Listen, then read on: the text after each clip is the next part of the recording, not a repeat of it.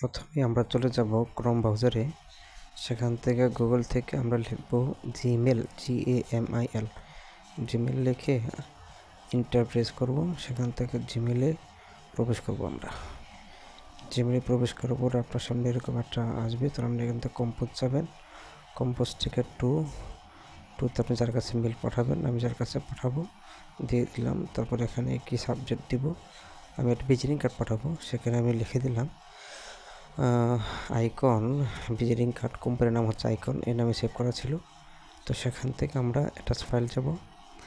Attach ফাইলে যাওয়ার পরে ফাইলটাকে আমরা যেখানে সেভ রেখেছিলাম, অর্থাৎ প্রিন্টকে রেডি করার জন্য সেখানে আমরা যাব।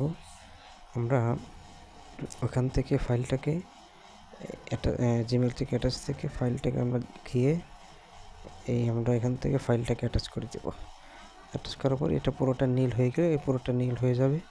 হয়ে গেছে, এখান থেকে আমরা সেন্ড অপশনে ক্লিক করব। ওকে, তো আপনি জিমেলটা সেন্ড হচ্ছে কি না সেটা দেখার জন্য জিমেল সেন্ড অপশনে যাওয়ার পর আমরা দেখব মেলটা সেন্ড হয়েছে কি না।